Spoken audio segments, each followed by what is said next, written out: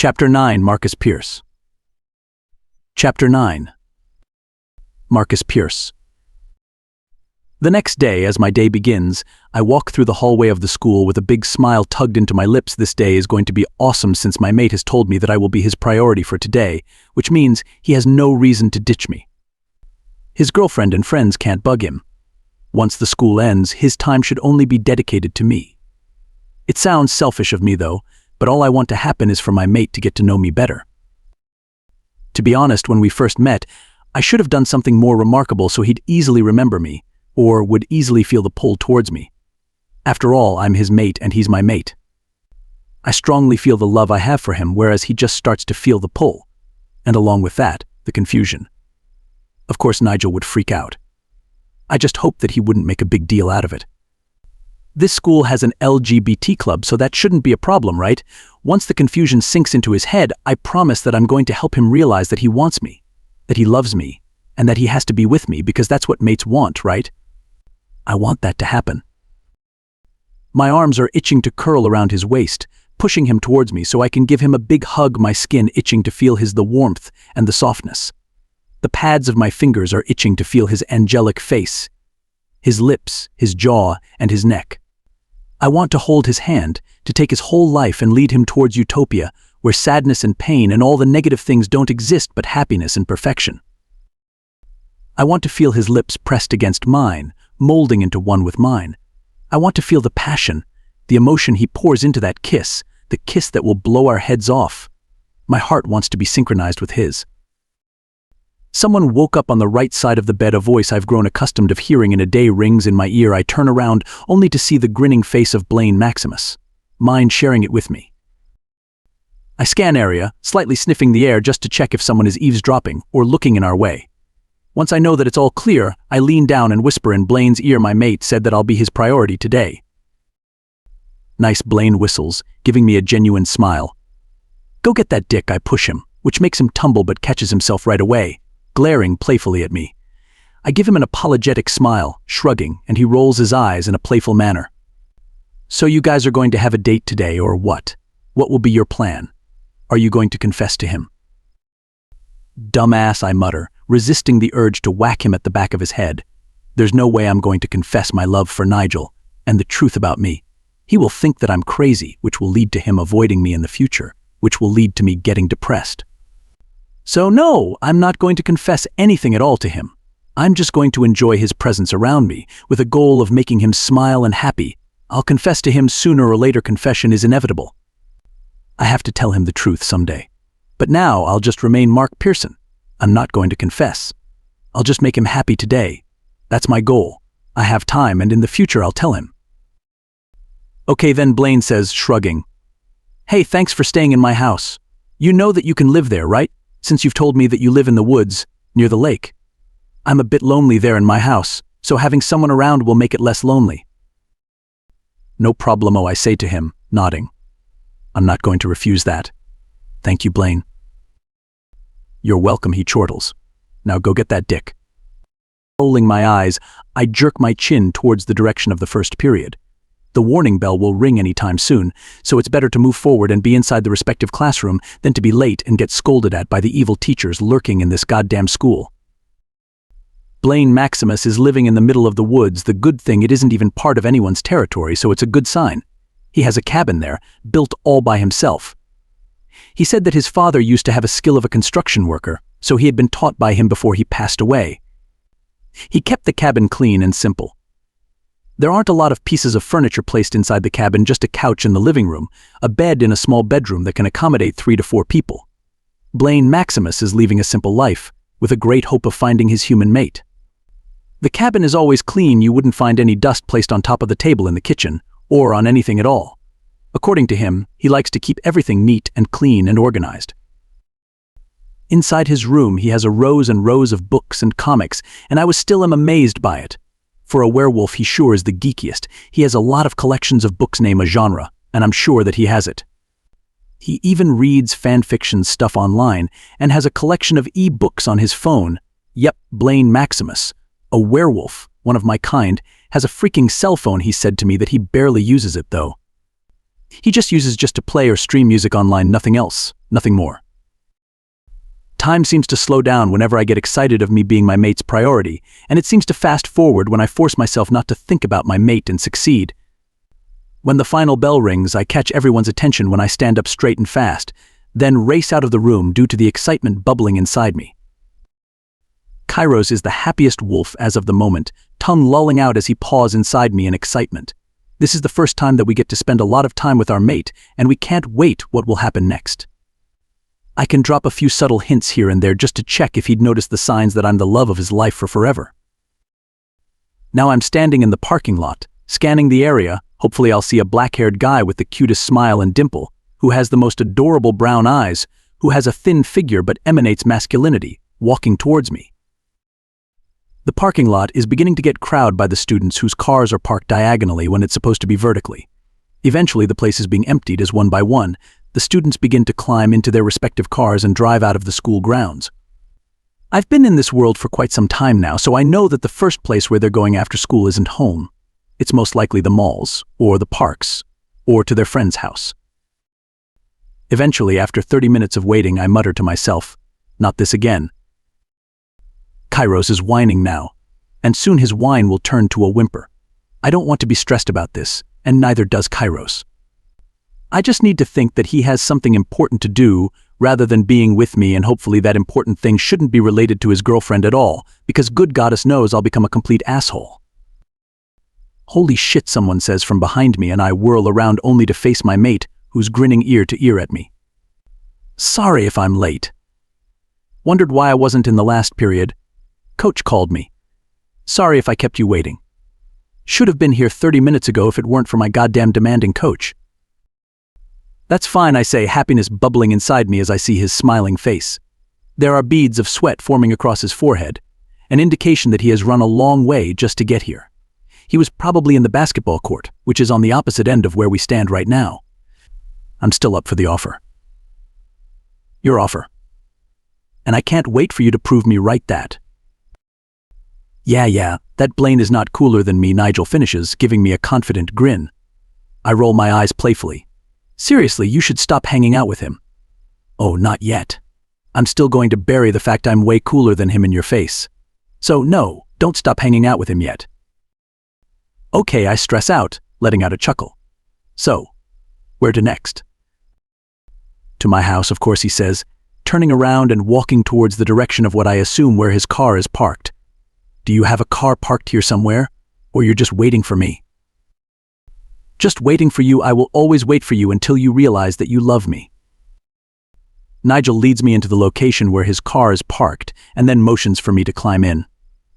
I open the door and climb into the passenger seat, and he climbs into the other one, the driver's seat, and the moment he's seated, hands gripping the steering wheel, his scent lingers in the air, tickling my nostrils, and Kairos howls, scratching. We are so excited to claim him as ours, and that will only happen once he realizes that he cannot be without me. My mate grabs the clutch and slides it backwards, then twists his head, looking over his shoulder to check if there's someone behind us so he can reverse properly. Once done, he moves the clutch forward, and then the car zooms in. The whole time he's driving, my eyes are only trained on him. His lips are slightly parted, one hand gripping the steering wheel while the other one gripping the clutch. Nigel looks so sexy and hot in every way, and I just want to take him in this fucking car and claim him. The thought of me making love with him is enough to tighten up my pants uncomfortably, and sooner or later, if that image doesn't disappear in my head while we're on the car, the first thing that I'm going to be doing is to use my helping hand just to satisfy myself in the bathroom of my mate's house. That's for sure. Eventually he notices that I'm looking at him like he's a piece of meat. Of course he is, which leads him to get uncomfortable. He lifts himself up and finds a more comfortable position in his seat, and then louds almost audibly. I suppress a smirk, not wanting to throw him off. He's going to take me into his house, and if this gets weirder for him, he'll definitely throw me out of his car, and that's something I don't want to happen. So, do you, have a phone number or something, he says, trying to make a small conversation while the awkwardness is beginning to thicken inside the car. Not really much into technology, I reply. He turns his head at me with a horrified look, then turns his face back into the road. Why so shocked? It's true, I don't have a phone. I don't need one. It's not like I'm texting someone or calling someone. I'd rather talk to a person face to face than to speak with him or her through a phone call. You serious about that? Yes. That's... How come? What do you mean, how come? I ask him, arching a brow at him. For a moment he doesn't speak, then after a few seconds have passed, he turns again to me. So, there's no way I can reach you. Well, you can walk up to me and talk to me in person. I would prefer that I say to him honestly. I can't imagine, in the future, that I'm going to speak with my mate through a phone call. Once Kairos and I claim him as ours, he will be staying by my side every day, every hour, every minute, and every second. Nigel blushes and I hide a smile.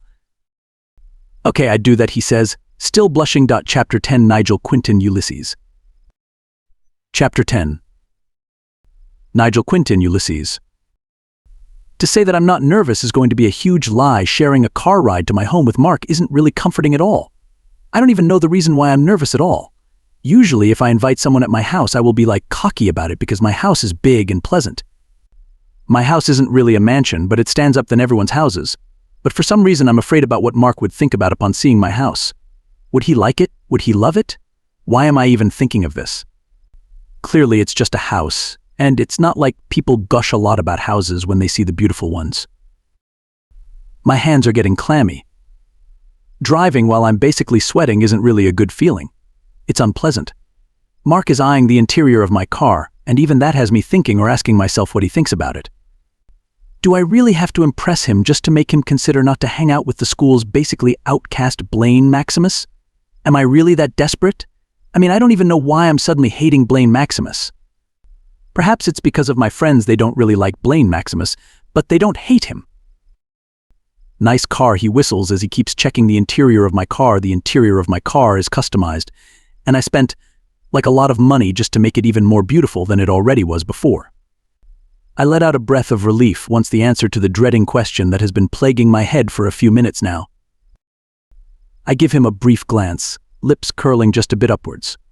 Thanks, I reply, happy that he finds my car nice. Spent a lot of money just to make it better than it was.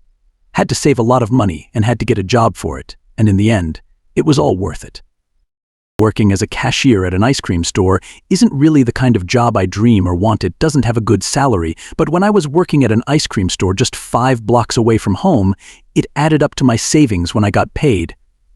Whenever weekends came, I would take an overtime. Sometimes I reported to work even though it was my rest day. I got 2 rest days, Saturday and Sunday, but I usually reported to work Monday through Saturday.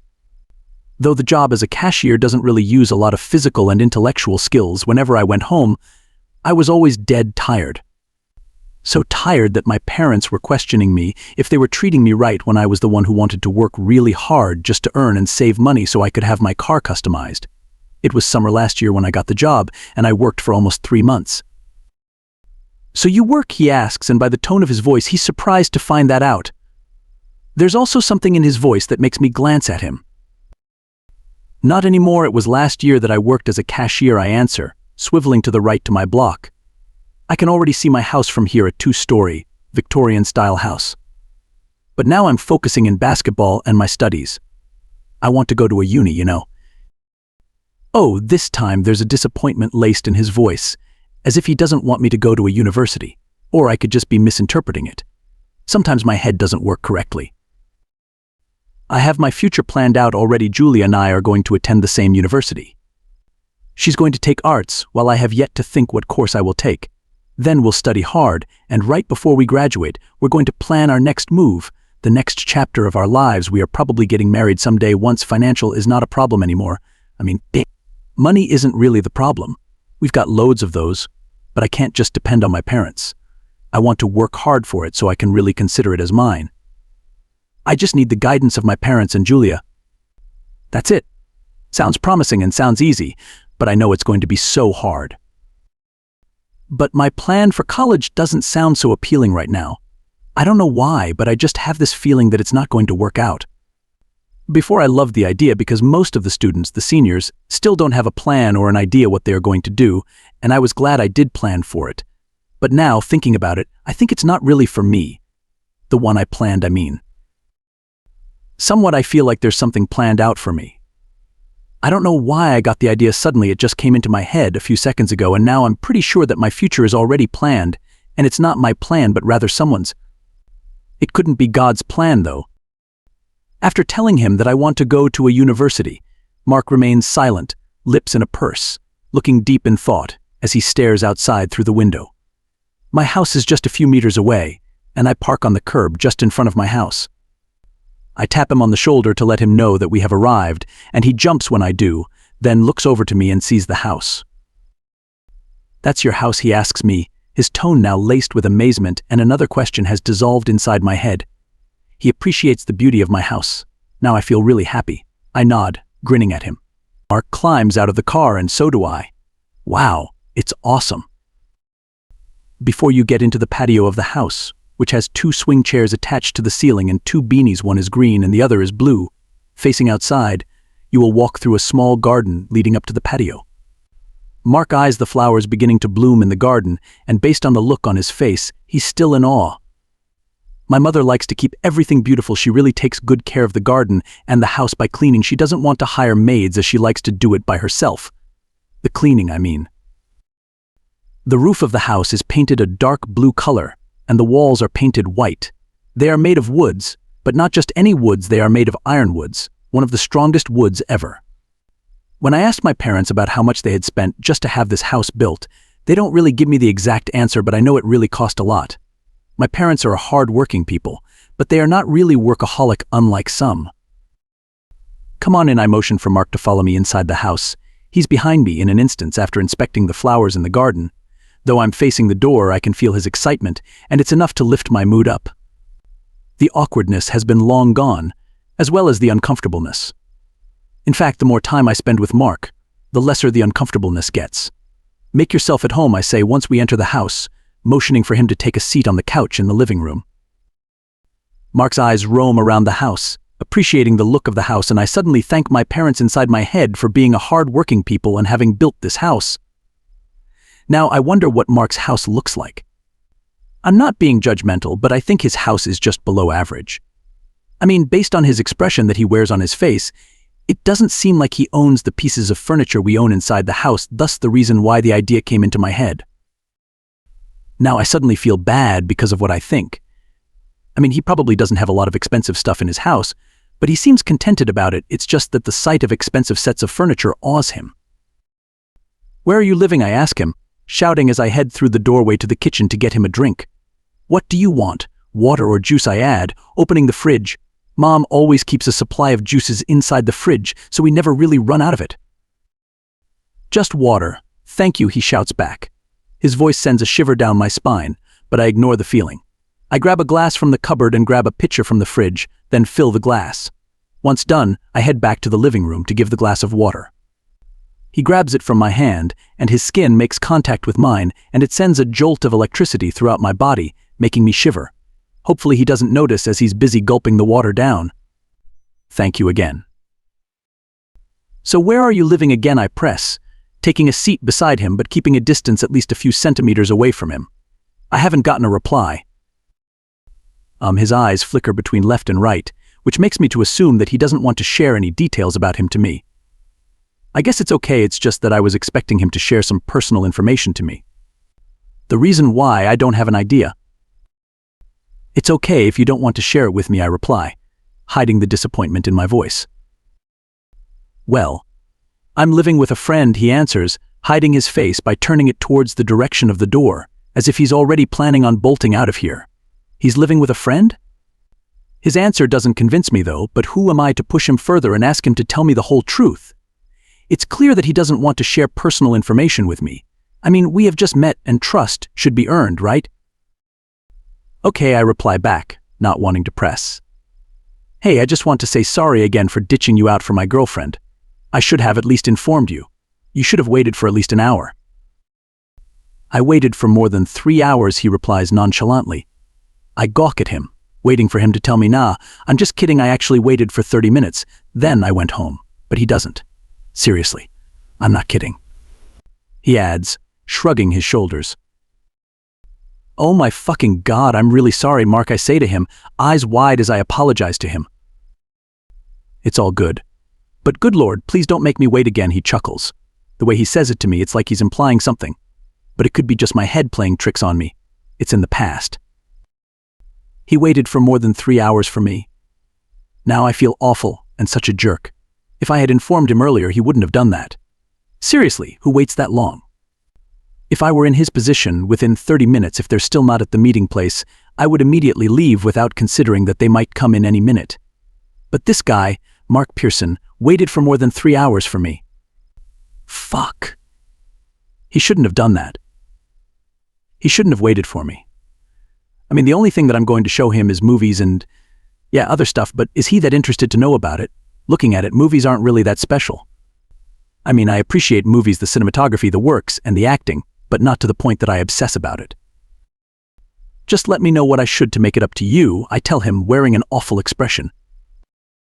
Mark puts the tip of his index finger underneath his chin and thinks. Then his face lights up. You gotta tell me the most embarrassing thing that you like in your life. The thing that you have never shared and will never share to anyone but me.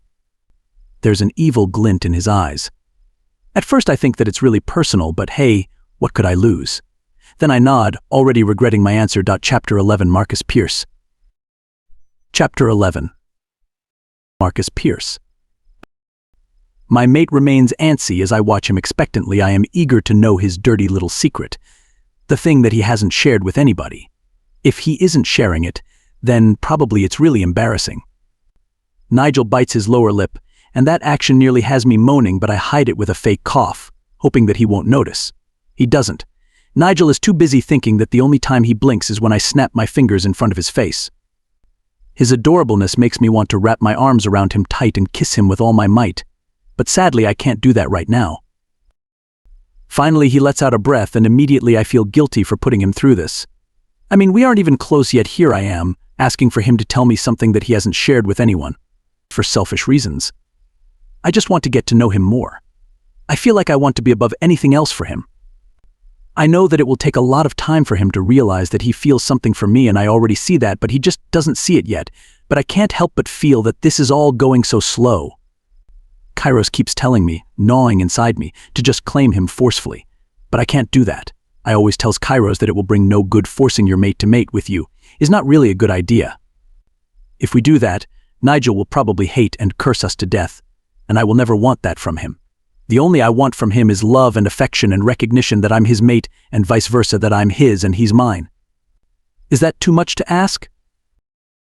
I think not. The great alpha and his mate keep giving the love and affection for each other. The great beta and his mate are in good terms and sharing everything. I want to have something in common with my friends. I want my mate so bad that it freaking hurts me.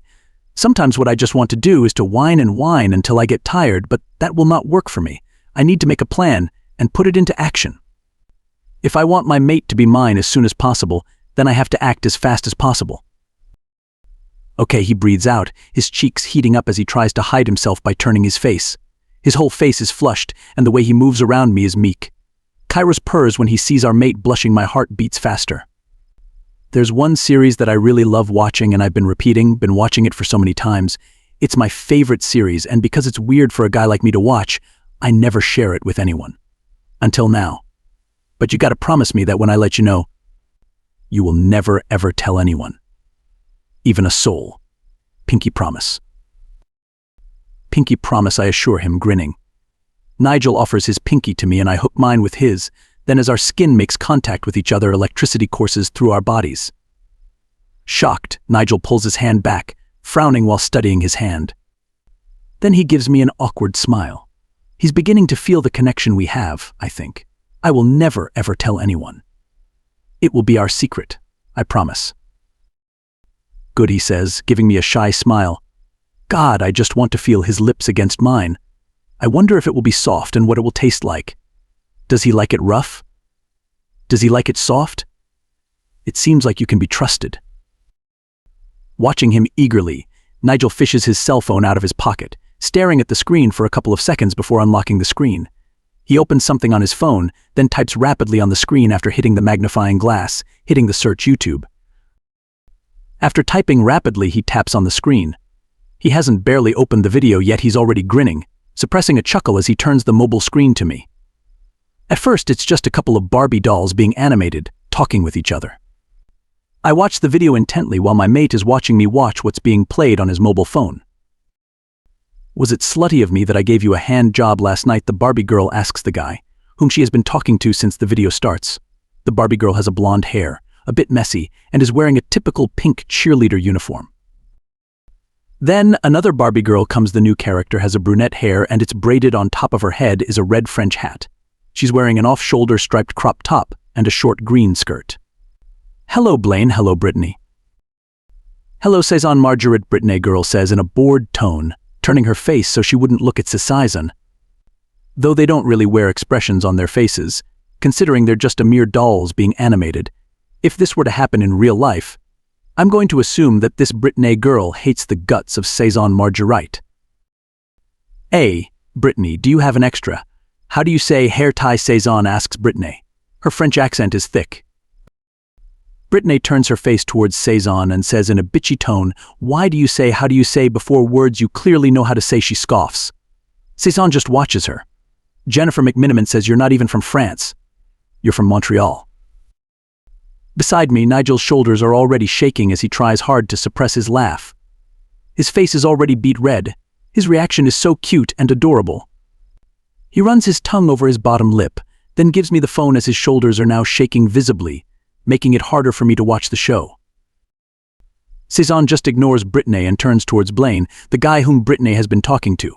Blaine, I saw you in your American football game on Friday. You were magnifique. Oh, actually, that was Tanner Christensen, Blaine replies. He's first on the depth chart. I'm second string. Stop trying to change the subject, Saison Marguerite. Brittany butts in irritably, putting her hands on her hips as she stares at Saison. Saison asks what subject, and Brittany continues the subject that you are not from France, but instead you are from Montreal. Saison says that it isn't true, that Jennifer McMiniman cannot be trusted. Actually, Jennifer McMiniman hasn't told a lie since the 3rd grade, so, yeah, she can be trusted, you idiot. She's so from Montreal. Saison leaves without saying anything to Blaine or to Brittany. Blaine butts in. Hey, if it's okay, do you think you could give me another hand job tonight? Brittany sighs, saying I guess, irritation clear in her voice. Ah, sweet. But in exchange for that, you have to watch a whole episode of Glee with me. Yay, Glee! Brittany cheers, raising her arms up in the air.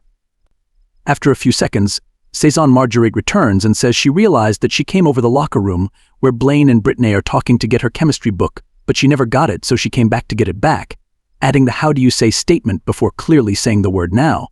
Now. That's exactly you say now, Saison Marguerite. Which you clearly know how to say because you just said it.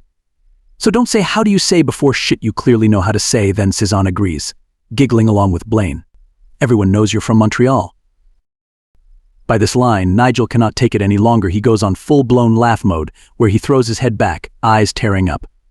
I admit, the show is really funny, but I'm too caught up watching my mate than to focus my attention on the show. He looks really happy, enjoying the show too much. His smile calms me in Kairos, and just by seeing his smile, it's enough to make me really happy. So happy that I can't hide the genuine and bright smile tugging into my lips. The show continues to go on while my mate keeps snickering. Saison goes back to her chemistry class since she already has gotten the book. Blaine then asks Brittany if he can get a blowjob instead if he watches an episode of Glee and an episode of Gossip Girl with her, which makes Brittany says that it's not even a fair trade since Blaine likes Gossip Girl. Blaine denies it hesitantly, then another character, a new Barbie doll with a red hair who loves Gossip Girl so much, enters the room with a book in her hand, singing about how she loves the show so much. Then Brittany yells at her. I laugh along with my mate. Rachel Tice, the name of the redhead girl, cries.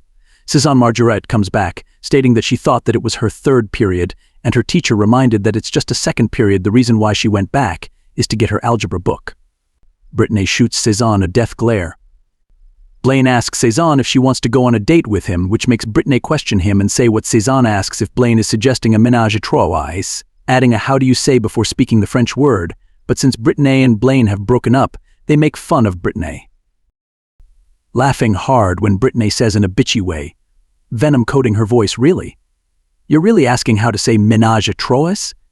It's a fucking French word, you little bitch. My mate leans into me, shoulders shaking violently as he keeps laughing. Saison says her people know about the suffering, which makes Brittany butt in and say, "Oh, and what people are those?" The Montrealians then Cezanne responds, telling Brittany the people who invented the French kiss. Then Blaine and Cezanne begin to make out in front of Blaine. Bet that was better than some second-rate hand job, Cezanne chimes. "Who the fuck said my hand jobs are second-rate?" Brittany yells, then Cezanne tells the names. "Connor DeVarnon said my hand jobs are second-rate. Oh, when I get through with that piece of shit, he's gonna wish his parents went through with that move to St. Louis." Then Cezanne and Blaine begin to make out more. Brittany waits for them to stop, and once they do, she says, "And for the record, Cezanne Marguerite, I do not just give hand jobs. I also let boys fuck me in my butthole, okay? Not my growler, but my butthole. Because I am saving my virginity for someone special, and that's not you, Blaine." Then she leaves. Blaine asks what the fuck a growler is. Then that's the end of the show. "Oh my fucking God, I can't breathe," Nigel says through laughs as he holds his stomach, as if that would stop him from laughing so hard. He topples over, falling into the ground, and I join him, wanting to be closer. I love Brittany Matthews so much. She's a total sassy bitch, the queen bitch. But Cezanne says her name is Brittany. I love her. I love this show. "I love you," I whisper. Then my eyes widen. Nigel stops laughing, his eyes boring into mine. His eyes are wide, and he's no longer laughing or smiling. Then I laugh awkwardly, scratching the back of my neck. I love it. I love this. I love her too. Then Nigel chuckles, shaking his head. "It was weird. I heard you say you love me, but I guess that's what it does if I show people my favorite series." "Then don't share it," I say, chuckling. "Just share it with me." "Aren't you a selfish human being?" he chortles, rolling his eyes. "Come on in my room, I've still got to show you my movies." He stands up, brushing the dust off of his butt, then motions for me to follow him, which I immediately do. He leads me to his room. God, it's too early to make confessions. I yell at myself. Chapter 12, Nigel Quintin Ulysses. Chapter 12. Nigel Quintin Ulysses. After letting him watch my favorite YouTube series, which is called Most Popular Girls in School, or MPGIS for short, to say that I'm not at least bit embarrassed is an understatement. I'm beyond embarrassed because this is the first time I have let anyone know, much less let them watch, my favorite show on YouTube. I mean, for other guys who aren't as popular as me, it's going to be fine for them. But me, I have a reputation. I hope you don't give me the bullshit wherein you think that all I care about is my reputation. The reason why I'm keeping my reputation clean is because I want to have a clean record when I get out of high school. And I feel like letting them know about how I want to watch mushy and unlikely stuff on YouTube is going to taint my reputation. Mark has laughed a lot upon watching a few episodes of the said show. From episode 1, and the last episode he watched is episode 8. The average time for each episode is 7 to 9 minutes, so it has been an hour ever since he stayed in my house. He watched it inside my room and on my phone. Usually I don't let anyone have my phone, much less let a stranger touch my phone, but seeing how Mark enjoys watching it, I don't have any problem at all. Even Julia, my girlfriend, is not allowed to browse things on my phone. It's not like I'm hiding something, but I want to have my privacy. Julia and I have already established that if permission is obtained, then we can let anyone see each other's phones. "Wow, you've got a lot of movies here," he says, voice coated with excitement as he stares at the 7-story drawer filled with DVDs. It's in an alphabetical order. He turns to look at me, and there's an awe-struck expression etched on his face that makes my heart skip a beat. I turn to look away, hoping he doesn't see that I'm blushing madly. What's wrong with me? I've never seen someone so movie-obsessed, I guess. But this is awesome. I have only watched a few movies in my life because I was never interested, but now, seeing this collection makes me want to watch every single one of them. I look at him with an "Are you serious?" look, because really he has only watched a few movies his whole life. I mean, people like to watch movies at all. It's just that I'm, like what he said earlier, a movie-obsessed human being. "Are you being serious?" "Yes, I am," he says, tilting his head to the side, confusion now drawn on his face. "It's true." "Oh my God, you've got to see these awesome movies." I take a step forward, making him step back. I've grabbed a few movies from the cabinet. For starters, I've got this collection of Fast and the Furious. Or you can start with gore movies such as Saw series, or Final Destination series. Walking back to my bed, I grabbed the remote of the newly installed plasma television on the wall and turned the DVD player on. I motion for him to get over here in my bed as he's still standing near my movie cabinet. So which one do you want to watch first, I ask him, spreading the DVDs across my bed, letting him decide which one he's going to watch first. There's a light in his eyes that I can't decipher, and it makes my heart flutter upon seeing the smile tugging into his lips. Mark points at the Final Destination DVD. Final Destination 1, it is I chordal, grabbing the disc from the case and putting it into the DVD player. For the most part of the movie, Mark remains silent. Most of the time, as he watches the movie, he makes a lot of faces as the gore part comes in. I have to admit, he looks really cute and adorable when he scrunches up his nose in disgust when he sees a victim getting killed. We never speak while the movie is on. I keep throwing glances at him, wanting to see how his reactions come and go. He turns to look at me, then back to the movie, and I laugh softly, shaking my head. He seems so confused, yet he's clearly enjoying it. After we watch the movie, he turns to me and says, "Well, that was unexpected." "So bloody," he states, eyeing the other sequels. I want to ask him if he wants to watch the sequels, but I can't find the courage to do so. It seems like my confidence has gone too low, to the point that I can't even feel it at all. Words are stuck in my throat. I want to tell him to stay, but is it too much of me to ask him that? If you want, you can borrow these DVDs and watch them in your house or your friend's house. I tell him, trying to forget the fact that I want to ask him to stay here and watch more. He states, looking confused again. He looks deep in thought as his eyes bore into mine. His eyes are so captivating, like it's luring me into him, and I can't help myself but to stare back. My eyes flicker to his lips, I have to admit. His lips are inviting, and it's drawing me in. Who said he can have those freaking lips? What the fuck is wrong with me, I mutter out loud, then my eyes widen when I realize I said that aloud. I put my hand over my lips, wanting the ground to open up and swallow me whole and save me from embarrassment. Sorry. I didn't mean that to slip out of my mouth. Mark chuckles, shaking his head. No, it's fine. Do you want to watch more? Or is it enough for today, though we only watched one? He seems to think it over based on what he wears on his face. My hands are getting clammy, waiting anxiously for his answer. It's okay if he doesn't want to watch anymore. No, it's not with me in my house. Clearly, he has a life outside. I'm gonna pass for now, he says after several seconds of thinking. I hide my disappointment, giving him a smile which I hope doesn't reflect what I really feel. But I love the movie. Though most of the time I was horrified due to its goriness, but it's all right. Maybe we can watch again someday, he asks me, hope glinting in his eyes that has my heart fluttering in excitement. I nod my head rather vigorously, pursing my lips, trying hard to suppress the grin that is threatening to make its way to my lips. Great then. I'm gonna have to go. I really enjoyed watching movie with you. Mark turns to leave, turning his back on me when he turns to face me again. What is it? You forgot something, I ask him, eyeing my bed to see if there's something unusual objects, things that don't belong to me. Marcus, he states. My brows furrow in confusion as I stare back at him. A small smile plays on his lips, making my heart skip a beat. Though it's such a shame to admit, he keeps making my heart skip a beat. What the hell is wrong with me? Marcus is my real name. Mark was just given to me by my sister. She doesn't like a name such as Marcus, so she decided to name me close to it. Oh, I feel so dumb. That's okay. Mark.US Mark, or Marcus, gives out a soft laugh. Marcus gets out my room, and though it's strange to admit, his scent lingers in the air inside my room. I can't distinguish whether it's his perfume or just his natural scent. All I know is that it smells good. He smells good. Leading him downstairs to my living room, once he's at the front porch, Marcus gives me another dazzling smile that has me freezing. For a moment I forget that I'm at the porch just in front of him. My surroundings slowly fades and my eyes are only focused on him. My eyes flicker between his eyes to his lips, appreciating the beauty of it. I begin awkwardly. Thank you for joining. For staying. No, thank you, he whispers, giving me a small smile.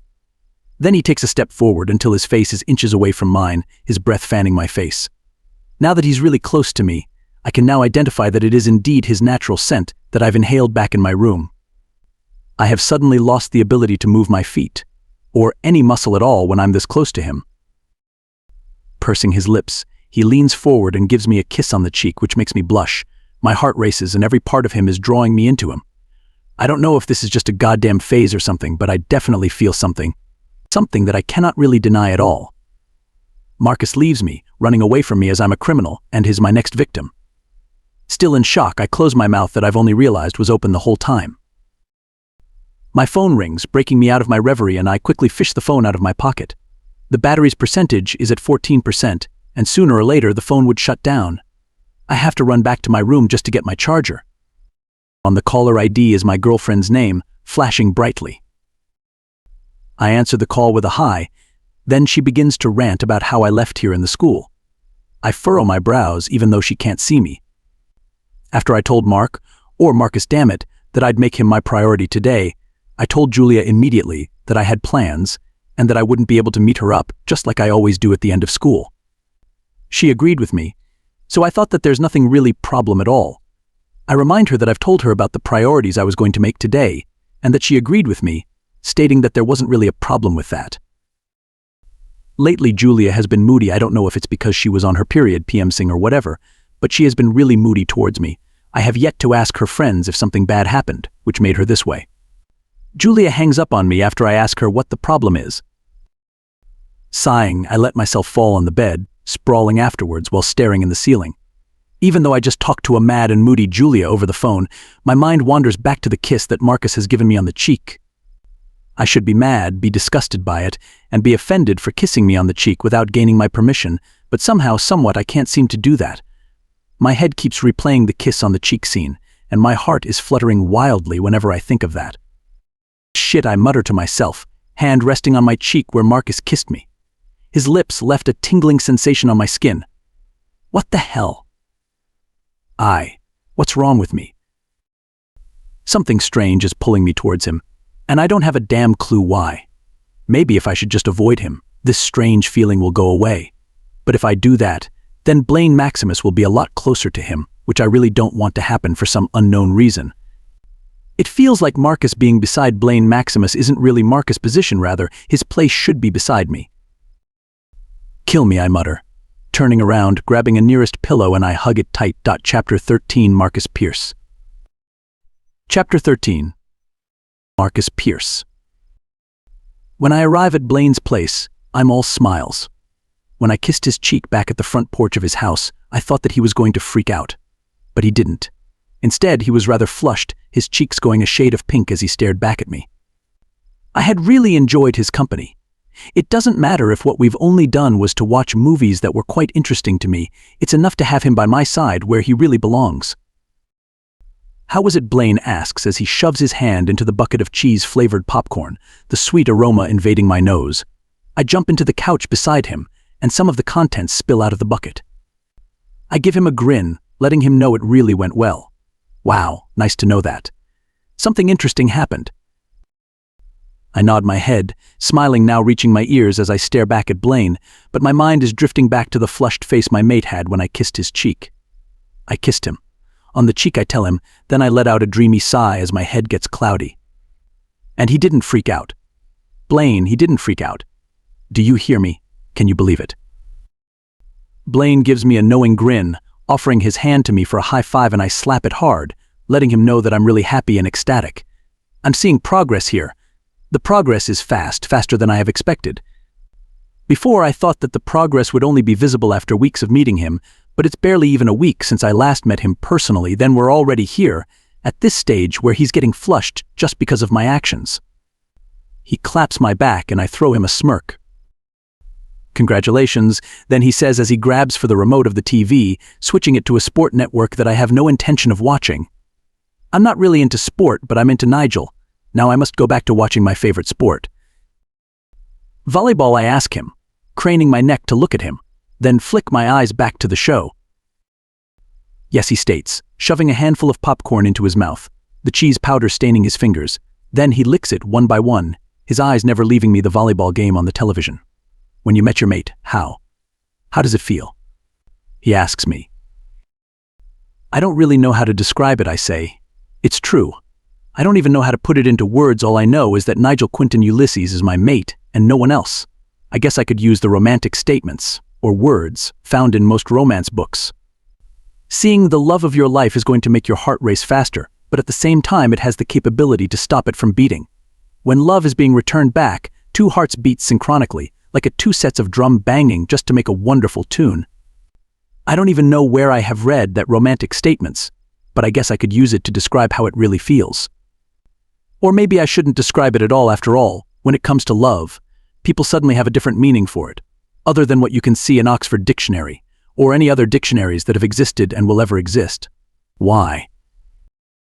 Propping his feet on the wooden table just in front of him and the television, he turns to look at me and shrugs. I think I may have found my mate, but I'm not really sure. That's why I was asking, because I wanted to make sure. What is your mate like? I ask him eagerly, scooting closer to him like a child. Is she beautiful? Is he handsome? He's not human, he states, scrunching his nose up in disappointment, his eyes boring into mine. I furrow my brows at him in confusion. What does he mean that he's not human? Does it mean that his mate is a werewolf, just like us? He's not a werewolf either. He's neither an enchanter, a vampire, one of the zodiac, but it's a fucking demon. A demon. Yes, a demon, he states, sighing out loud. Enemy of the angels? A demon. Are you serious about that? Yes, I am. How sure are you? 101% sure. He says exasperatedly, rolling his eyes at me, his shoulders sagging down as he looks back on the television, where a woman is jumping as high, her face inches away from the net, her arms raised as she tries to block the spiraling ball towards their team's direction. I'm sure, just as I'm sure that I have a dick inside my pants. Pursing my lips, I hug my knees and stare in a distance. Never have I encountered a demon in my life, only an angel. Leandre. Damien's one of the warriors of our pack mate. Leandre has told us about demons. The last time I have heard from him is when he told us that an heir to the throne of the heaven is missing, and that he needed to be found as soon as possible. It nearly kills Damien when Leandre decides to roam just to find the Prince of the Heavens. But Damien doesn't have a choice but to listen to Leandre. He's still an angel, and he still has duties that need to be done. It's a demon, Marcus, he says angrily, almost spitting the words out. I may be a rogue, but I don't want a demon as my mate. You are a rogue, I ask him incredulously, eyes wide. You've got a problem with that, he asks me, wearing an angry expression. Rogues are dangerous, they have killed a lot of their kind, and they always cause trouble. We are still at war with the rogues, and it's our duty to kill them. I'm different, Marcus. I am a rogue werewolf, but that doesn't mean that I have the urge to kill my kind. You. Or anyone else. I stare at him hard like I will do to anyone I find suspicious. And I find him suspicious right now. I scoot backwards, eyes focused on him. He lets out a huge sigh, shaking his head in disappointment as he mutters something incoherent under his breath that I barely hear. Blaine Maximus doesn't look deadly, nor does he look dangerous, but he just admitted to me that he's a rogue, and I haven't heard a story of a rogue who has a good heart. If you want to leave, I can open the door wide for you, he says coldly, shooting me a glare as he stands up. If I'm a crazy rogue, then I should have killed you and not invited you to stay here so you'd have a place to stay in. He barely spares me a glance as he walks away from me. The television is left open, now on commercial break. He has a good point, though. If he really wants to kill me, he would have done it any sooner and wouldn't have waited. Rogues lurk, but they don't hesitate or think twice when they have the urge to kill a werewolf, but Blaine doesn't spread the rogue vibe. In fact, he looks very normal to me, with no hints of anything that he's a rogue or a werewolf. His scent is always masked with something human, plus with a mortal fragrance. So it's really impossible for you to smell a werewolf in him. Maybe that's the reason why he conceals his true smell, so that anyone wouldn't suspect a thing, wouldn't suspect that he's a rogue. Maybe he really is a different rogue than the others. I'm sorry, I shout at him. Just as he's about to turn right where his room is located, he turns around and gives me a nod. His face is blank, emotionless. Now I feel bad. I guess I've judged him too much. I mean, when I was a child, my parents told me and my sister that rogues are always dangerous, and as years went by, they were always being proven. The last time it was proved was when they attacked us a few months ago. Blaine Maximus is different.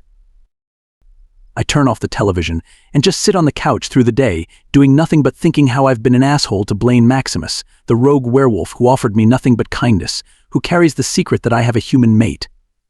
Sometimes I'm an asshole. When I wake up this morning, a hum fills the air, mixed with the sweet scent of pancakes. My stomach lets out a growl, wanting to be filled.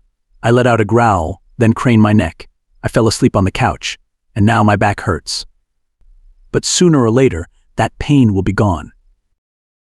Good morning, I say to him once I enter through the doorway to the kitchen, stretching my arms up. Blaine smiles at me, jerking his chin towards the direction of the chair while flipping a pancake. There are already cooked pancakes on the plate on the table, and it begs to be eaten. Are these for us? No, dumbass, he chirps, rolling his eyes. It's only for me.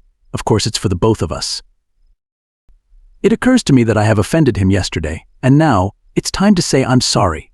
Again. About yesterday. It's fine, he immediately says, training his eyes back on the pan. It's in the past. I'm sorry, really, I tell him anyway. I've been asshole when I shouldn't have been. It's just that. We all know that rogues are made to cause havoc and unbalance the world. He finishes it for me, and I nod at him in response. He lets out a sigh, turning off the stove. He turns to look at me, then purses his lips. I overreacted. I'm sorry too. I know what werewolves expect rogues to be, and it's hard to believe that there's a good rogue. But rogues, we didn't choose this life. This had been chosen for us right before we were born. I wanted to be different. I always want to be different. And I'm trying every single day. Well, you are certainly different, I say, chuckling. But please, while I'm staying here, don't try to kill me. Good Lord, I could just throw this pan with a boiling oil on you. Blaine grabs the spatula, then slides it underneath the pancake, then puts the pancake on the plate. We can eat now. We both eat peacefully. Turns out that Blaine is a better cook than me. He cooked the pancake perfectly. Whenever I cook pancakes, the edges are always burnt, and that pisses me off. I swore that I'll never cook a pancake again. My sister tried to teach me several times, but despite those teachings, I still managed to burn those pancakes worse than my previous cooking. After we eat, Blaine heads back to his room to prepare. I do the same thing. School will start an hour and a half from now, and I've got a lot of time to prepare. I wonder what I will do today just to capture my mate's attention. Should I do something crazy, the one that he would never forget, the one that would last forever in his memory? I could do those things. I will do anything just to see his smile. I will do anything just to make him smile. Stop dreaming and get ready, Blaine yells at me, throwing me a boyish smirk as he goes back inside his room. Kindly fuck off, I yell back, rolling my eyes playfully, heading to my assigned room. Chapter 14, Nigel Quintin Ulysses. Chapter 14. Nigel Quintin Ulysses. Blaine and Marcus were together when they got to school. Marcus has yet to notice me, but so far his eyes wouldn't bore into mine. They are always glued at Blaine. I don't know whether to be irritated by that or be frustrated at myself. Who cares if they are always glued with each other? I do. Somehow I do.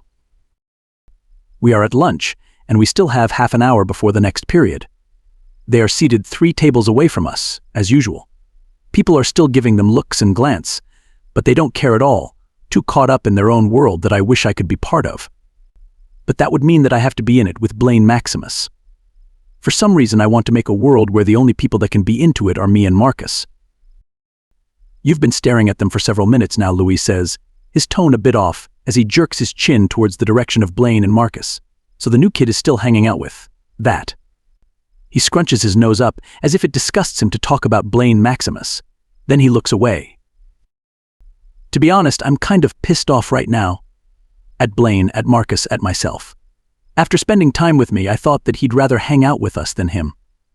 From my spot, I glare at them heatedly, crossing my arms across my chest, hoping that Marcus would look in my way, just to let him that I'm completely not liking that he's still close with Blaine. What does he see in Blaine? Luis murmurs, shaking his head as he picks up a hot dog without using a fork, shoving it into his mouth. What does he see in Blaine? The question runs inside my head, as if it's on loop. I think of all the possible reasons why Marcus keeps hanging out with Blaine, but I don't find any. Well, I think of bad reasons, reasons that are not possible, such as perhaps they are cousins. or distant relatives. Reasons like that, which don't make sense at all. It's impossible for Blaine and Marcus to be related. They don't have a resemblance at all. I mean, there should be at least one trait, right? Realizing now that I'm gripping the fork in my hand, I let it go and heave up a frustrated sigh. I should know the reason why Marcus keeps hanging out with that freak, and I won't stop until I get the idea. With my eyes trained on them, I continue to eat rather angrily. I shouldn't be angry in the first place, yet I can't help but be so. They both stand up, leaving their trays on the table. They seem engaged in a deep conversation. Blaine's hands are flying as he explains something to Marcus. Marcus just keeps nodding, his eyes focused on Blaine. Without putting much thought about it, I stand up and decide that I will follow them. There's still time before the end of lunch and the next period starts, and within that time a lot can happen. Where are they going? What are they going to do? Are they going to ditch school? Questions run through my hand without stopping, and the more I think about it, the more I get frustrated. Who knows? I run up to them, yelling Marcus' name. They both halt to a stop, looking over their shoulder to look at me. Marcus' brows are furrowed and Blaine is smirking as he looks at me. I want to wipe the smirk off of his face with my fist, and I wonder if the marks that would be on his face could be put into a museum for pleasure viewing. Who knows? Maybe I could make an art with my fist, and the canvas would be his face. Now, I wonder if I'm being such an asshole, but then Blaine comes into my head, and I don't feel an asshole anymore. Hey, Marcus greets me, giving me a lopsided grin. I want to yell at him, to tell him how stupid he is for still hanging out with the freak, but with that smile he has on his face, I feel like I have lost the capability to make a snide remark, to throw some shade. Can I talk to you? I ask hesitantly, pursing my lips as Marcus looks at Blaine with a helpless look. To me, it almost seems like Marcus is asking permission with that look on his face from Blaine. In private. I add hastily, noticing the shared look they have. Okay, replies Marcus after a few seconds have passed. See you at home, Blaine chortles, turning around and walking away from us. I narrow my eyes suspiciously at his retreating figure, then flick my eyes to Marcus. Blaine throws another smile at our direction, which pisses me more. His lopsided smile has become awkward. I cross my arms across my chest, letting him know that I'm completely pissed. I remain silent, hoping that he won't confirm what I'm thinking. In fact, I want it to be a lie that will never be true. But somehow something inside me tells me that what I'm thinking is correct. I tap my foot impatiently, anxious to know the truth. It's also confusing. I want to know what the truth is, but at the same time, I don't want to know it. See you at home, I mimic Blaine's voice, making a face, which I know is horrible for my part and on my face, because everything about Blaine sucks. Seriously, what the hell is going on between you two? Are you guys some sort of boyfriends? At first, he just looks at me with a mortified expression, then his lips quirk into a mocking smile. Then he bursts out laughing, doubling over as he turns his back on me. His shoulders are shaking rapidly as he laughs, his voice echoing around the hallway. I stomp my feet on the ground. I don't care if I look like a brat or a child. I want him to know that I'm pissed at him, completely. Why would you think of that? He asks me, still chuckling. There's a light in his eyes, an indication that he's amused, that glistens as he looks at me. Wait,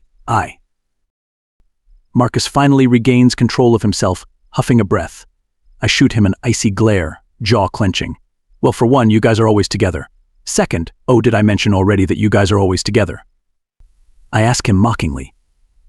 Third, even though I told you that he's a freak, you still hang out with him. You are so close with him, so close that I think that you guys are exclusively dating. Why am I even mad? Who cares if they are together? Who cares if they are exclusively dating? Who cares if they are fucking boyfriends? Well, me, apparently, for an unknown reason. God, this is so irritating. I wish the ground would just open up and swallow me whole. I don't want this feeling. The feeling of jealousy. I hate it. You know what? I don't give a fuck if your guys are in a relationship, I say angrily, turning my back on him. But before I do, I see his face darken as I turn around. Grabbing my wrist, his fingers closing around my wrist, he turns me around with an angry expression plastered on his face. He almost looks like a beast, if he weren't so human at all. I shrink back in fear. A different aura is now surrounding him. It feels like he has the upper hand here, the superior, the leader, the one in charge.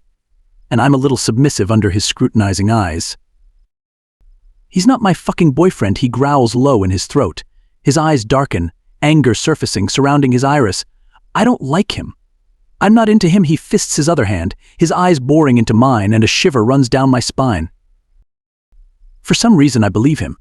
Like, there's a little voice inside my head that says he's always telling the truth, that he's not really interested with Blaine Maximus, and it makes me calm.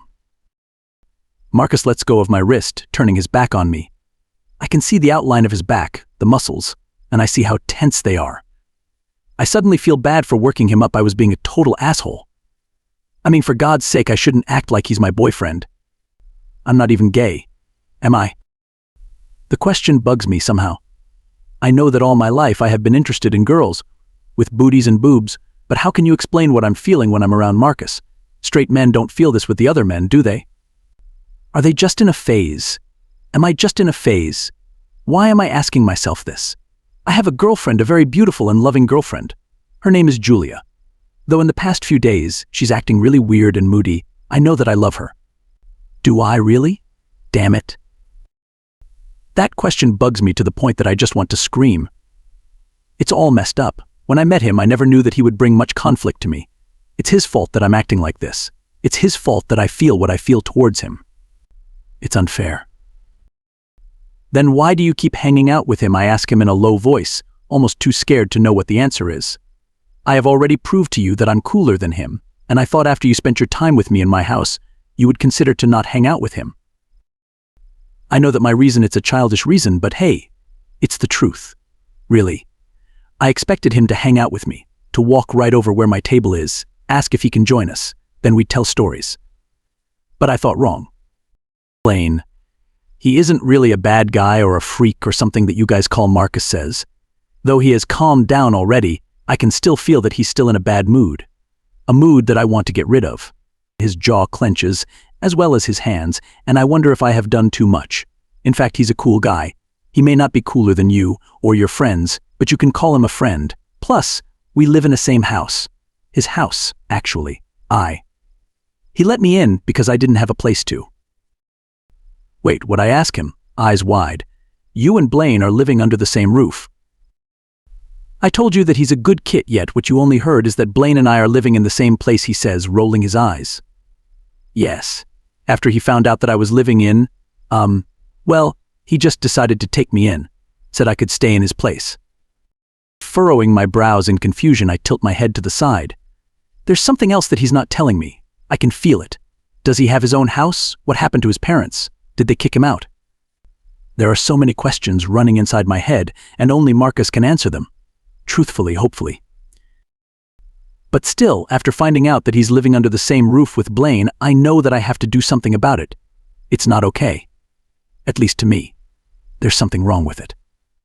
If people find out that they are living together, they are going to tease Marcus for it, and that's not what I want to happen. Blaine Maximus is just going to ruin his life, and that's not okay. You have to get out of there, I say, my eyes boring into his. His brows furrow. I don't fucking care about the reasons you have regarding your stay in Blaine's house. You have to get out of there, and you will be staying with me. In my house. Wait, what? You heard me, I stomped my foot on the ground. I don't like the idea of him spending so much time with Blaine Maximus. Marcus Pearson could spend his time with me. Only me. No buts. But. No buts. Before I turn around, I catch a glimpse of a smile tugging into his lips, but I'm just too damn angry to care about his reaction. Later, at the end of the school, I'll fucking force him to get inside my car and stay with me in my fucking house so he won't have to stay in Blaine's place with him. Chapter 15, Marcus Pierce. Chapter 15. Marcus Pierce. To be honest, I don't know whether to cry or laugh in happiness when I saw that my mate was obviously jealous of Blaine Maximus. It's so fun to see him getting jealous over nothing because clearly, though he doesn't know it yet, that I'm into him and that I'm in love with him and that he's my mate and not Blaine. I wish he knows that so he wouldn't feel threatened about me choosing Blaine over him. I also don't know what to feel. Do I want to be irritated because he thought that there's something going on between me and Blaine, or do I want to jump in happiness because he left me no choice but to stay with him in his own house? Well, I definitely got irritated when he assumed that I was into Blaine when I wasn't. The hours have passed, and they were painfully long. I had to sit through in most of the boring classes, And worse, Blaine and Nigel weren't in those classes to keep me company. I had to listen to the teachers talk, and I wish I could growl and let out the beast in me just to make them shut up, but that would mean exposing my kind, which would bring a trouble like a hurricane. So I stayed like a perfect human being and kept my mouth shut like a good kid. Good thing that there weren't any quizzes, because I didn't to be in trouble anymore from walking out of the class without any valid reason. Because, believe me, the only reason I had was I didn't want to be in those classes, and that's not a good reason to tell the professors if I walk out. When I get out of the last period, I'm immediately greeted by my mate Nigel, who holds out my hand and practically drags me to the parking lot where his car is parked. Believe me, I want to scream and shout, tell the whole world how the best it is to hold out your soulmate's hand. But I keep my cool because I don't want to weird him out or something. It's best to keep my mouth shut. Wait, are you really serious? I ask him just to make it sure. His mind could have changed already, and he might be already regretting this. That's why I want to make sure that he's all fine with this, that I'm going to stay in his house instead of Blaine's. Just want to make sure is all. I'm fucking 100% sure, he remarks, rolling his eyes at me as he unlocks his car. Then he motions for me to enter. Get in. So I'm going to be staying there now, I ask him, furrowing my brows. Nigel nods his head, making his hair bounce adorable. I just want to bury my fingers there to feel how soft and awesome it is. Sooner or later, I know that I'll be doing that someday. Right now, what I need to do is gain his trust more and make him be comfortable with me. What about my clothes? And I need to speak with Blaine about this. Fine, he says, irritation clearly laced in his voice as he crosses his arms across his chest in a cute manner. I'm going to drive you there, but you need to be quick. It's not like you need to get some permission from here, do you? No, I don't. I shake my head. I'm going to speak with him about this out of respect. He nods. Let's go. I climb into the passenger seat and Nigel climbs into the driver's seat, and then in just a few seconds we're already hitting the road. The silence is kind of deafening and awkward. I want to speak, to say a few words that will be an icebreaker, but no words come out of my mouth. Right now it seems like I have lost the capability to be cool and shrug things off. I want to impress him, to make him happy, or just to make things lighter between us. But damn it, I can't think straight when I'm this close to him. Finally, I have something to say and do because it turns out that he doesn't know the direction to Blaine's house. I tell him which direction to go, and after a few minutes of leading him where to go, we finally reach Blaine's house. Blaine Maximus is really a good guy, and I hope that Nigel can see that. He's too blinded by jealousy to see that. Believe me, it's so heart-clenching in a good way to know that he's jealous, but it also limits the way he thinks. He already thinks of Blaine as a weird, probably a freak guy, and the fact that Blaine is living in a house around the woods, then I doubt that he'll think of him as a normal human being, at least for now. I climb out of the car in a hurry, not waiting for him to speak. Based from the look on his face, I know that he's already judging Blaine again. Blaine Maximus is my friend. When I decided to go into the school where my mate is studying, I had nothing but a plan to make him mine. I didn't have a place to stay in but the woods, and then I met Blaine, who offered me a place to stay. In his house, in the woods. So deciding to live with my mate without informing him is going to suck and just beyond rude. I barge into Blaine's house like it's my own. Blaine said to me once to treat his house as my own, so that's what I do. When I enter the house, Blaine has already changed to his regular I'm home attire, which is just a pair of blue pajamas and a white tank top. He looks at me, his expression bored, and when he sees me, his expression brightens. "Oh, you're home," he says in glee, then his expression turns sour. You wouldn't believe what just happened when I was on my way home. The demon, my mate, came to me and he was just being a pain in the ass. That's good to hear, I say, throwing him a smirk. By the way, something happened also to me. I try to contain my excitement, but knowing Blaine, he has already smelled it boiling within my core. I grin. Nigel asked me to come live with him because he thinks that it's inappropriate for me to live here with you. He's jealous, and he's right there waiting for me, wishing that this would be just quick. I ought to let you know because you're my friend. My only rogue best friend. Blaine becomes silent for a while, looking deep in thought. Then he nods at me with a smile on his face. To be honest, I feel bad. I mean, he must feel lonely when he's alone here in his house. Oh, that's nice then. He then lets out a sigh, as if exasperated. I just thought that, you'd stay here longer. But oh well, mates get jealous all the time, so I perfectly understand. Just please don't replace me as your best friend with another rogue. I let out a chuckle and shake my head. I really can't imagine myself having another rogue best friend.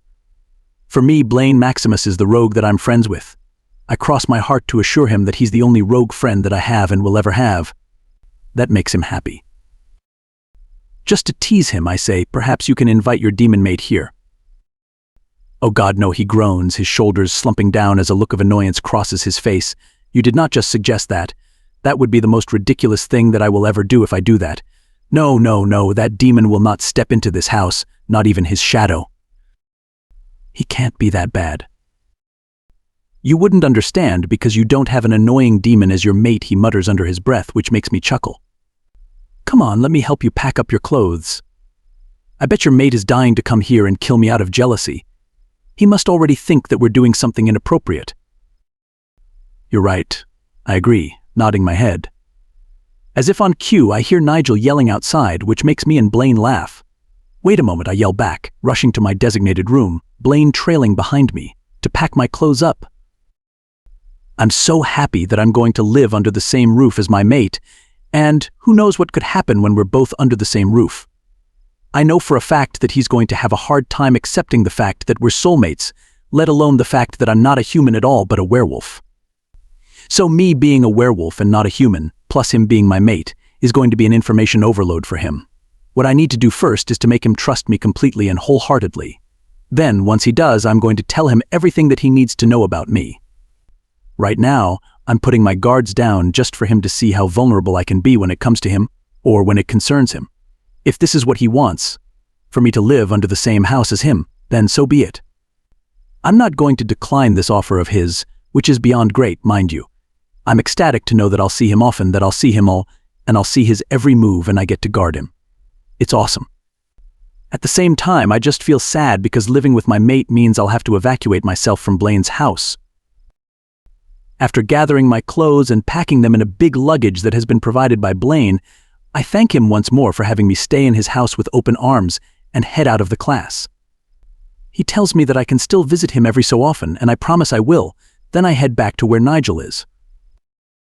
When I see him, his back is perched against the door of the driver's seat of his car, his face turning left and right, inspecting his surroundings. There's an annoyed expression etched on his face.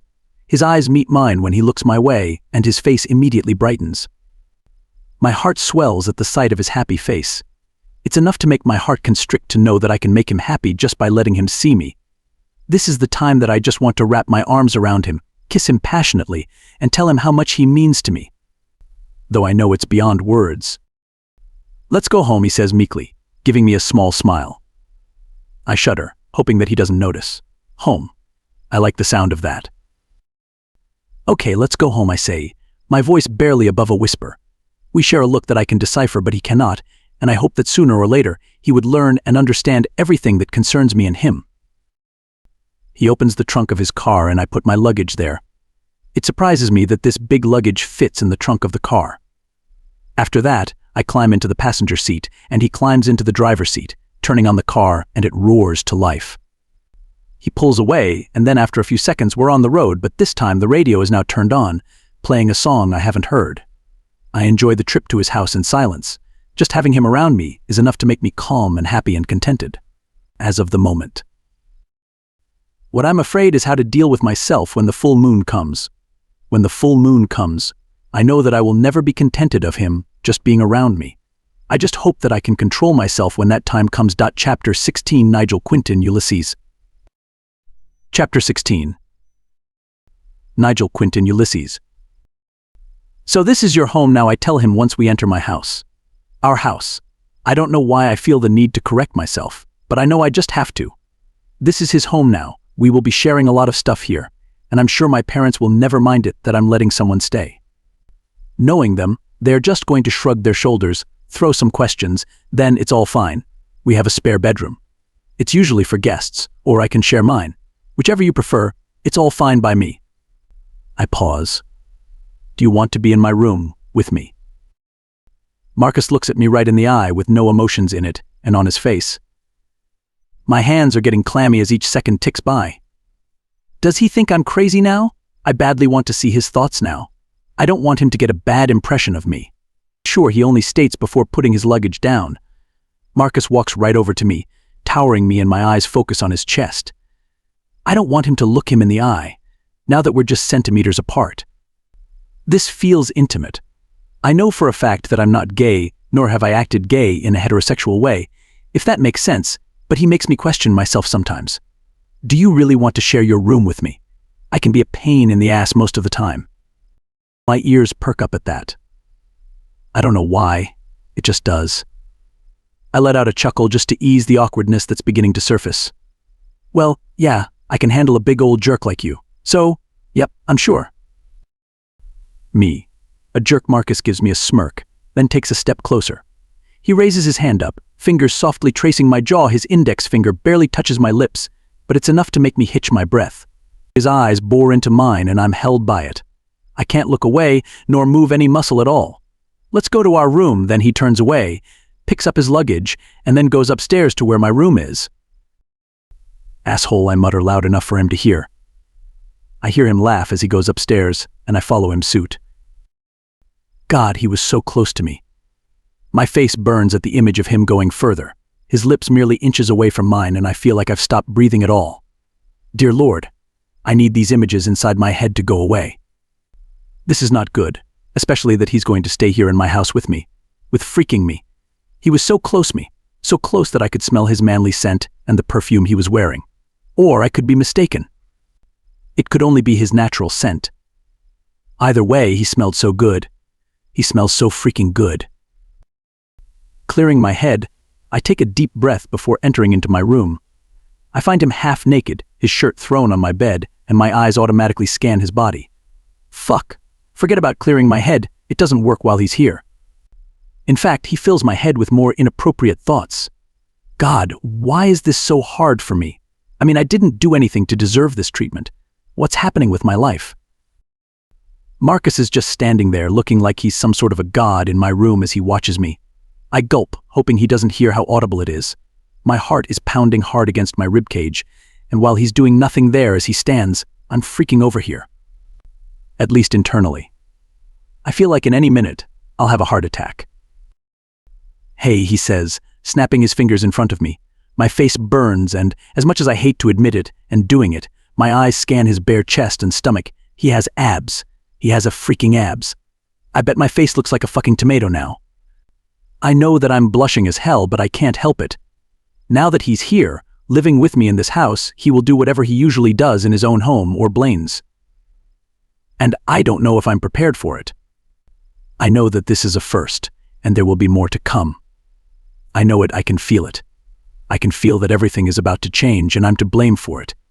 Had I thought this through, I would have come with a more suitable decisions. But I'm here already, and I can't undo what I've decided. I just need to deal with this, and whatever I'm feeling now, I hope that it will go away soon. I take a deep sigh, smile, and hope that he doesn't think I'm weird. Are you all right? You just went out there. Is something bugging you? Is my staying bugging you? No, hell no, I say quickly, shaking my head. What a ridiculous thing he said. Of course he can stay for as long as he wants. Scratch that, I'm going to make him stay whether he likes it or not. I was just thinking. Anyways, enjoy your stay. I scratch the back of my neck. This is my house, and I'm the one getting awkward about this situation, whereas he looks as calm as a sea in Maldives. Now what? What to do now that I've said to him to enjoy his stay here with me? Should I, go back downstairs and make some food for us? Yep, that's the plan. Go downstairs, make some dinner for the both of us, and quit being awkward around him. Sounds like a real plan to me. I'll make dinner now. Bye. See you when I see you, which is later. Yes, I'm going to go. I'll shut up now. My face burns bright as I scurry away from him in haste, getting out of my room as quick as possible.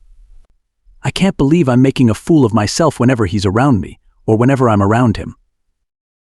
When I get downstairs, I contemplate my decision. Do I just cook a dinner for us or order a pizza? He likes pizza, right? He must so. Who doesn't like pizza? I prefer thin crust, and yes, I want Hawaiian pizza. Then I decide I'm going to cook for us instead. A lot of people don't like pizza, and if I'm correct, then I'm not going to order anymore. I could just ask him right now, but that would mean going upstairs and see him naked again, and I don't want that. I mean, yeah, he has a good body. Not just a good body. He has a good to die for body. Shrugging, I figure that he'd want meat, considering he has a good build. I mean, most of the people I know who are bulky and muscle lie, they eat a lot of meat, and they work out a lot. Does he work out a lot? How many times does he go into the gym? Once a day? Twice a day? 5 times a week? Maybe I could join him. Jesus, that would mean me seeing him all sweaty and godly. Fuck, there's something really wrong with me. There are meats inside the fridge ranging from chicken to bacons. Does he like bacons? I'm sure he loves it. I grab a pan that's hooked on the wall near the fridge and place it on the stove, opening the stove and heating the pan up. Then I grab the bacons and lay it down in the sink, opening the faucet just to defreeze it. I turn the stove into a low heat and wait for the bacons to defreeze. Once the bacons are all fine now, I take a couple of strips and put it on pan. I don't mind putting oil in it because I've read an article on the internet that when you're cooking bacons, sometimes you don't have to put an oil in the pan. The oil that you're going to be using is the oil from its fat. Anyways, enough of the facts. I'm pretty sure he's hungry. After school, we went straight to Blaine's house just to pick up his clothes, and then we headed here. So he must be tired and hungry. I didn't see him at lunch earlier in school, so I doubt that he has had lunch. There's rice that was just cooked this morning. I just need to heat it up. Does he eat rice? God, I need to stop questioning myself regarding his likes and dislikes. If he wants to eat, then he can eat. If he doesn't like what I have served, then so be it. The last thing I want to happen is for me to get crazy just because I don't know facts about him. Once I'm done cooking, I heat up the rice, and while the rice is heating up, I head upstairs just to call him for dinner. I enter the room without knocking, and I wish I did knock before I entered. Now, I'm suffering the consequences. I yelp when I see him totally naked, and I get a clear sight of his big junk. It's fucking massive. He's fucking gifted. What the hell? I cover my eyes. I don't know if you could call it covering my eyes, but my fingers are spread open on my face. Marcus looks at me with confusion drawn on his face, as if he doesn't get why I'm acting like a teenage girl right now, and once it dawns on him that his junk is on full display to me, he just looks at his junk and gives me a smile. I want to say, oh, fuck you. Fuck you and your massive junk. You don't need to brag about it to me, but I only let out a squeal. I used your bathroom, hope you don't mind, he says, not bothering to wrap a towel around his naked torso. I shake my head. It's his house now, so things that can be used here, he can use it. Thank you. Why'd you come? Still, he doesn't bother to cover himself. He just stands there all naked and godly, and here I am, ogling him like a total creep that I am. I just want to tell you that dinner is ready, I say awkwardly and nervously. My heart is beating like a drum. If you want to eat me, oh fuck it. If you want to eat me, eat with me, just go downstairs. I hear him laugh. Getting out of the room as quick as the flash, I run downstairs into the kitchen and place a palm on my chest where my heart is still beating like a fucking drum. I just want to die here, in this corner of the kitchen, and when he finds me, I hope that he'd bury me 10 feet under the ground. God, that was so embarrassing. He should be embarrassed to me. How come he's so laid back and nonchalant about it? I just saw his junk. Oh my fucking God, what if he thinks I'm gay? What if he thinks I'm gay? What if he thinks that I'm into him? What if he thinks that I want to touch his junk? Mortified at the thought, I groan in frustration as I sit on the stool, burying my face in my hands in shame. If you want to eat me, you fucking moron. Just be calm and everything is going to be okay, I tell myself, taking a deep breath before grabbing 2 plates and placing them on the table. I prepare everything, the rice, the forks and spoons, and the orange juice and a pitch of water just in case he doesn't like the juice. Just eat, go to sleep. And when tomorrow comes, everything is going back to normal. I hope that's true. But something tells me that my life is really about to change now that Marcus Pearson is living here with me. Should I brace myself? Will I be happy with the changes I'm going to face? Fuck it.